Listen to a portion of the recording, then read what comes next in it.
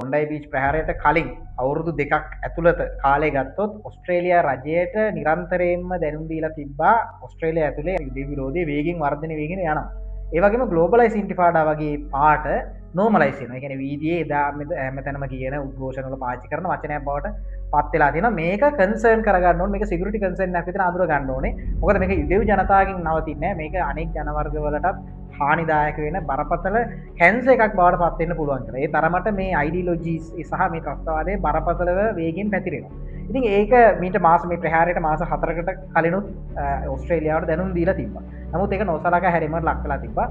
ඒ නිසා තමයි දැන් මේ ග්ලෝබලයිස් ඉන්ටිෆාඩා කියන්නේ මොකක්ද කියන එක ගැන නැවතත් සමාජයේ කතිකාවතක් ආරම්භ වෙලා තියෙනවා. මොකද මිනිස්සු කියනවා ග්ලෝබලයිස් ඉන්ටිෆාඩා ඊට පස්සේ පීස් නව් සීස්ෆයර් නව් ස්ටයිල් එකක් විදිහට ග්ලෝබලයිස් ඉන්ටිෆාඩා කියනවා. ඊට අමතරව තමන්ගේ හෑන්ඩ් බෑග් වල තමන්ගේ ටී-ෂර්ට්ස් වල ග්ලෝබලයිස් ඉන්ටිෆාඩා ගහලා තියෙනවා. ඉතින් ඒ නිසා ගොඩක් අය අපිට පේන දේ තමයි කියන්නේ ග්ලෝබල් ඉන්ටිෆාඩා කියන්නේ මොකක්ද කියලා දන්නේ කෙනෙක් කිසිම වෙලාවක මේක ඒ විදිහට පාවිච්චි කරන්නේ නැහැ. ඒ කියන්නේ සාමය අගයන කෙනෙක්ට බෑ ග්ලෝබලයිස් ඉන්ටිෆාඩා පාවිච්චි කරන්න. ඒ නිසා තමයි අපි දැනගන්න ඕනේ මොකක්ද මේ ග්ලෝබලයිස් ඉන්ටිෆාඩා කියන්නේ කියලා.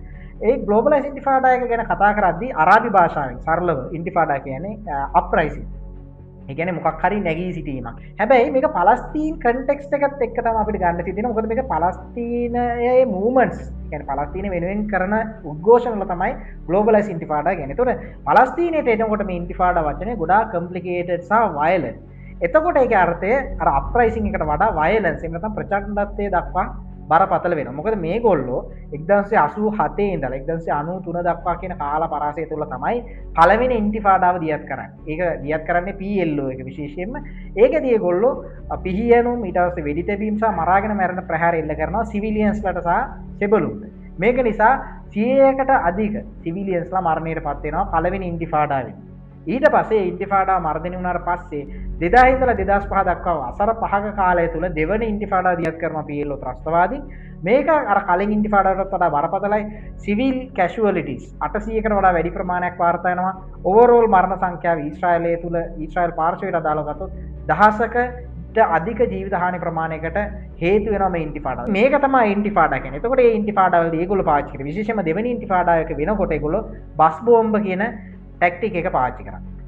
සිව්සයිඩ් බෝම්බින් ඊට අමතරව වෙඩි තැබීම් පුද්ගල නාශක බෝම්බ වලින් දමා ගැසීම. මෙන්න මේ වගේ දේවල් දෙවෙනි ඉන්ටිෆාඩාවේදී සිද්ධ වුණා. මේ බස් රථවල හිටියේ සිවිල් ජනතාව. ඉතින් බස් බෝම්බ කියන එක සාමාන්‍ය ලංකාවට අලුත් දෙයක් නෙවෙයි. අපි දන්නවා අපි ත්‍රස්තවාදයේත් එක්ක සටන් කරන කාල සමය තුළ අපිට කොච්චර ලොකු ඩැමේජ් එකක් මේ බස් බෝම්බ කන්සෙප්ට් එකත් එක්ක ආවද. ඊට පස්සේ ඉන්ටිෆාඩා එක කරලියට එනවා මේ 2015 16 කාල සීමාව තුළ. ඒතකොට 2016 2015 කාල සීමාව තුළ ඉන්ටිෆාඩා ගොඩාක් කම්ප්ලිකේටඩ්. ඒකෙදි ලෝන් වුල්ෆ් ඉන්ටිෆාඩා කියලා තමයි ඒගොල්ලෝ හඳුනාගන්නේ. ඒ කියන්නේ රැන්ඩම් පුද්ගලෙක් එනවා කාට හරි පිහිපාරක් අනිනවා එතනින් එහාට ඔහු ඉන්ටිෆාඩා කියලා කෑ ගහනවා. ඒකෙදි ගොඩක් අය හිතුවේ මේක මේ තනි පුද්ගල සිදුවීම එක්ක මේ මානසික රෝගියෙක් කරපු පිහිනුමක් වෙන්න පුළුවන්. නැත්නම් සාමාන්‍යයෙන් රැඩිකලයිස් වෙච්ච පලස්තීන ජාතිකයෙක් කෙල්ල කරපු පිහිනුමක් කියලා. නමුත් පසුව මේක හොයාගෙන යද්දී අපිට දැනගන්න තියෙන සහ අපි දැක්ක දෙයක් තමයි පේෆොස්ලේ කියන සිස්ටම් එකත් එක්ක මේක ගැට ගැහිලා තියෙන මේක වෙල් ඕගනයිස්ඩ් වෙල් ෆන්ඩඩ් වැඩක් තමයි මේ 2015 ඉන්ටිෆාඩාව. ඒකෙදි කරන්නේ මොකක් හරි මෙහෙම ඝාතනයක් කරන පුද්ගලයාගේ පවුලේ සමාජිකයන්ට පලස්තීන ඔතොරිටි එක මුදලක් දෙනවා. ඒකට ඒගොල්ලෝ කියන්නේ පේෆොස්ලේ එහෙම නැත්නම් මාටියර් ෆන්ඩ් කියන. ඒකෙදි ඒගොල්ලෝ කියන්නේ මේ ඊශ්‍රායලෙත් එක්ක තියෙන සටන් වලදී විපතටපත් වෙච්ච පලස්තීන පිරිස වෙනුවෙන් වෙන් කරලා තියෙන ෆන්ඩ් එකක් කියලා. නමුත් ඒකේ ඉන්සයිඩ් එකේදී ඒගොල්ලෝ කරන්නේ මේ ඉන්ටිෆාඩා කියන නමින් කරන ත්‍රස්ත ක්‍රියාවලට සම්බන්ධ වෙන පුද්ගලයන්ව දිරිගැන්වීම සඳහා දිරිදීමනක් ලබා දීම. මේ වගේ ඉන්ටිෆාඩා වල යෙදිච්ච කීප දෙනෙක්ව ජීවග්‍රහයෙන් අතරංගුවට ගත්තට පස්සේ ඒගොල්ලෝ කිව්ව දේ තමයි විශේෂයෙන්ම එක පුද්ගලෙක් කිව්වා එයාට වයස අවුරුදු 23යි. එයාට රස්සාවක් හොයාගන්න නැහැ. එයාට ස්කිල් එකක් නැහැ. එයාට මුදල් ලබා ගන්න පුළුවන් වෙච්ච එකම ක්‍රමවේදය තමයි ඊශ්‍රායල ජාතිකෙක්ට ඉන්ටිෆාඩාව කියන නම යටතේ පිහිපාරක් අනින එක. එතකොට මට පේෆොස්ලේස් ෆන්ඩ් එකකින් මුදල් ලබා ගන්න පුළුවන් කියලා. ඉතින් ඒ වගේ තත්ත්වයක් තුළ ලෝන් වුල්ෆ් ඉන්ටිෆාඩා එක සෑහෙන කාලයක් තිස්සේ ගමන් කරා. ඒක වර්තමානයේත් අපි මේ වගේ ඉන්සිඩන්ට් විටින් විට දකිනවා. ඉතින් ඔන්න ඕකට තමයි ඇත්තටම පලස්තීන් කන්ටෙක්ස්ට් එකේ යටතේ ඉන්ටිෆාඩා කියලා කියන්නේ. එතකොට ඊළඟට එන වැදගත්ම කතාව තමයි මොකද්ද ග්ලෝබලයිස් ඉන්ටිෆාඩා කියන්නේ. ඒක සරලයි. අර පලස්තීනයේ ඇති වෙච්ච ෆස්ට් ඉන්ටිෆාඩා, සෙකන්ඩ් ඉන්ටිෆාඩා සහ ලෝන් වුල්ෆ් ඉන්ටිෆාඩා කියන සංකල්ප වලදී වෙච්ච ඝාතන, පියනුම්, පුද්ගලනාශක බෝම්බ වලින් දමා ගැසීම්, මරාගෙන මරණ ප්‍රහාර ගෝලීයකරණය කරමු කියන එක තමයි ග්ලෝබලයිස් ඉන්ටිෆාඩා කියන්නේ. එහෙම මේක මේ සාමය වෙනුවෙන් කරන ඉල්ලා සිටීමක් නෙමෙයි. ඒක ඊටාම බරපතල හේතුවක්. ඒ කියන්නේ සාමාන්‍ය ත්‍රස්තවාදී කටයුතු වල යෙදෙන්න කියලා ඉල්ලා සිටීමක් තමයි ග්ලෝබලයිස් ඉන්ටිෆාඩාවල සිද්ධ වෙන්නේ.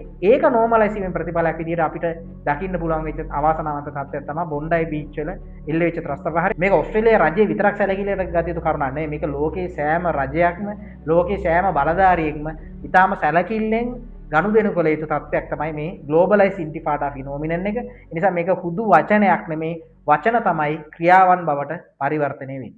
This is what globalized the Intifada looks like.